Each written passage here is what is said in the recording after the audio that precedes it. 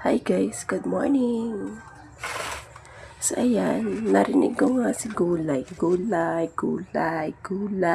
So, bumangon na nga ako para makabili ng gulay. So, sobrang fresh po kasi ng pichay nila kaya tapos 10 piso lang yung balot, 4 na piraso. So, napasubo akong bumili kasi napakasarap na ito guys, lagyan ng sardinas. Ayan. Pag sa palengke po kasi guys, bumili ka, 3 piso,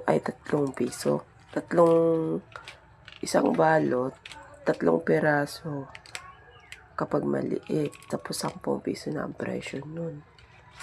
Pero kung malaki siya, dalawang piraso lang, isang tali, 10 na. So, ganito. So, mas mura doon kay kuya. Galing si kuya sa bundok.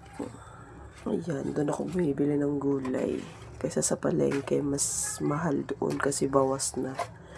Binawasan na nila. Tapos, bumili ako pichay.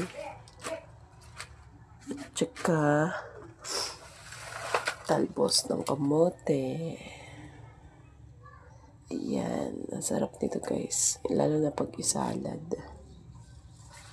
Ayan. Tapos, yung isa naman, red.